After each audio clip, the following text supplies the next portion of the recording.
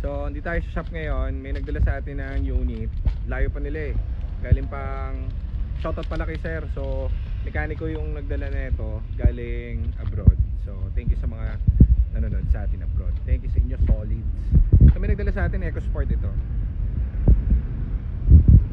EcoSport niya, may-ari babae. And nirefer siya ng mechanic niya na dito dalhin pag Ford. So, EcoSport niya, yung dala-dala niya, ang problema ng ABS. So, matagal niya nang gamit yung kotse, 2021 pa. Kaso, may nararamdaman siya something dun sa ABS. Actually, niska namin, ABS lang yung problem niya.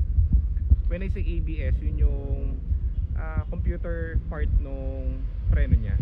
Parang ganun, feature ng EcoSport. Ngayon, anong nangyari?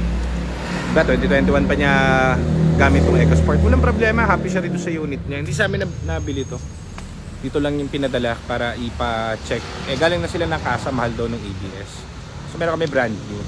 Tinatanong nila, may option daw sila, pinag-uusapan nila kung bebenta or ipapa-repair. Tanong ko nung una pa lang, sabi ko, gagamitin niyo po ba? Yes, so gagamitin ko. Ang mangyayari kasi, parang ang option nila, ang tawag dito, ibebenta na lang nila. Sabi ko, as a buy and sell, kung car dealer ako, hindi naman kami talaga solid na repair shop. Nag-umpisa kami as a car dealer.